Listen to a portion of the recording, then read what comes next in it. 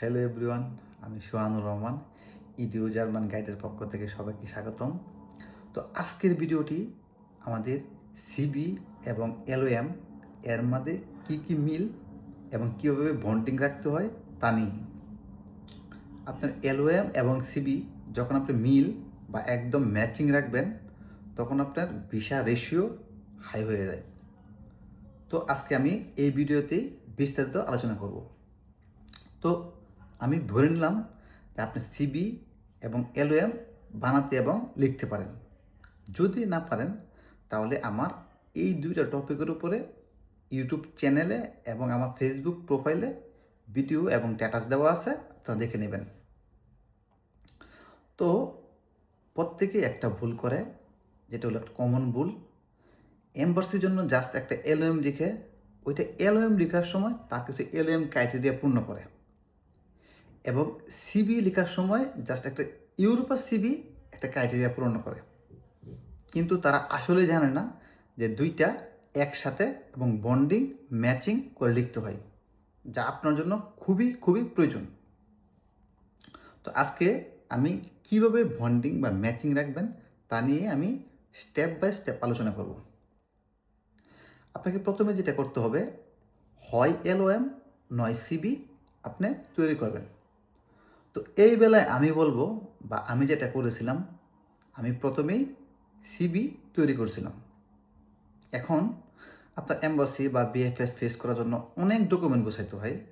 আমি যেটা রেফার বা প্রেফার করি, বা আমি নিজেও করছি, আপনি সব ধরনের ডকুমেন্ট রেডি করেন, সিবি এবং এলওএমটা বাকি রেখে। একদম সর্বশেষ আপনার কাজ এই দুইটা। তো সেই বেলায় আপনি যেটা করবেন, আমি ধরে নিলাম যে আপনার সব ধরনের ডকুমেন্ট ওকে। এখন আপনি আপনার ইউরোপার সিবিটা মেকিং করবেন। এখন ইউরোপার সিবি মেকিং করার কিছু স্ট্রিপ বা আপনার একটা ওয়ে আছে, সেটাও আমি আমার ভিডিওতে বলে রাখছি, আপনারা সেই অনুযায়ী করবেন। তো সেই অনুযায়ী করতে গেলে আপনি আপনার প্রোফাইল, আপনার স্টাডি একাডেমিক ব্যাকগ্রাউন্ড, আপনার ওয়ার্ক এক্সপিরিয়েন্স, আপনার আইএলটিএস, আপনার অন্য অন্য যে রিকোয়ারমেন্টগুলো আছে বা আপনার যোগ্যতা বা কোয়ালিফিকেশনগুলো আছে, এগুলো আপনার অবশ্যই আপনাদের সিভিতে উল্লেখ করতে হবে, যেহেতু সিভিটা আপনি এমবাসিতে বা বিএফএসে জমা দেবেন। তো এই বেলায় আপনারা যা করবেন, সিভিতে একদম পাই টু পাই, আপনার যদি স্টাডি গ্যাপ থাকে, আপনার কোনো ধরনের জব করছেন, কোনো ধরনের ভলান্টিয়ারি কাজ, বা আপনার যাই করে থাকেন, শর্ট কোর্স বা লং কোর্স, ওই কোর্সগুলো একদম তারিখ সহ নির্দিষ্ট করে উল্লেখ করবেন।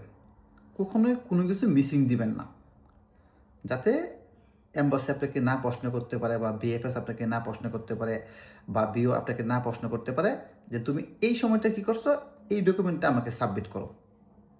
তো আপনার সিভিতে আপনি এমনভাবে সিভিটা মেকিং করবেন যাতে কোনো ধরনের স্টাডি গ্যাপ বা আপনার লেখাপড়ার মধ্যে গ্যাপ আছে এটা যাতে না থাকে। তো এইভাবে আপনার সিভিটা করলেন। এখন আপনি এলওএমটা কীভাবে লিখবেন? তো এলওএম লেখায় যে 6টা ক্রাইটেরিয়া আছে, ওই ক্রাইটেরিয়া পূরণ করতে হবে। কিন্তু আপনি অবশ্যই আপনার সিভিটার সামনে রেখেই এলওএমটা লিখবেন।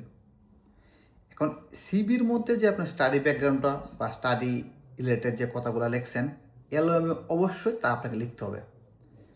এবং সিভির মধ্যে একটা ডেট এবং এলওএমের মধ্যে আরেকটা ডেট অনেকেই করে। আমি অনেকের সিবি এবং এলওএম একসাথে রিভিউ করার সময় আমি দেখছি যে কোনো মিল নাই। এটা খুবই খুবই খুবই একটি বাজে ইফেক্ট।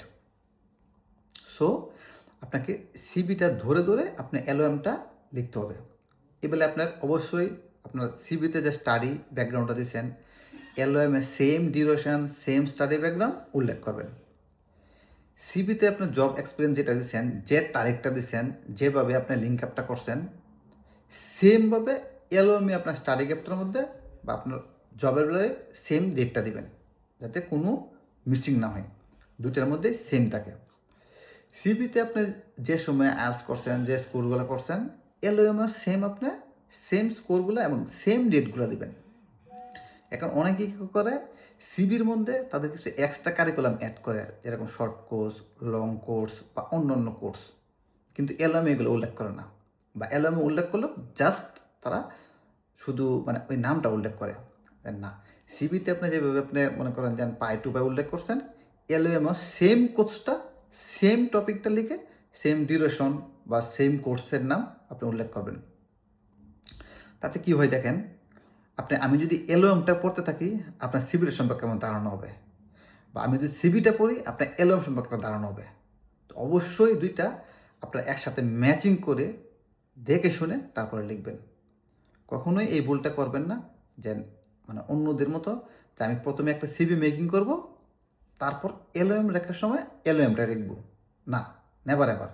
আপনি অবশ্যই সিবি এবং এলওএম মিল রেখে আপনার আগাতে হবে। আদারওয়াইজ কী হয়, অনেক সময় আপনার সিবিতে একটি তথ্য দিলেন বা একটা ডিউরেশন দিলেন, এলওএমে ওইটা ভিন্ন দিলেন। তো আপনার মধ্যে একটা কনফ্লিক্ট তৈরি হবে, বা যে বিও থাকবে বা বিএফএস বা আপনি যাই বলেন, ওদের মধ্যে একটা কনফ্লিক্ট তৈরি হবে যে আসলে তো আপনাদের তথ্যটা কি সঠিক নাকি ভুয়া। এই বেলায় কী হয়, আপনাকে মেল করতে পারে বা আপনাকে ইনফর্ম করতে পারে। সো আপনার একটা হ্যাসেল তৈরি হবে, আপনি আলাদা একটা প্যানিক পাবেন। যাতে এরকম না হয়, আপনাকে অবশ্যই অবশ্যই সিবিটা আগে তৈরি করবেন, এবং তারপরে এই সিবির যে স্টেপগুলা বা ডিউরেশনগুলা, এগুলা এলওএমে পাই টু পাইভাবে উল্লেখ করে দেবেন। এতে করে আপনার কী হবে, এলওএম এবং সিবি দুইটাই ম্যাচিং এবং বন্ডিং হবে, এবং আপনার বিষয়টা হাই হয়ে যাবে। সো আশা করি সবাই ভালো থাকবেন, আমার জন্য দোয়া করবেন। আসসালামু আলাইকুম ওয়া রাহমাতুল্লাহি ওয়া বারাকাতুহু।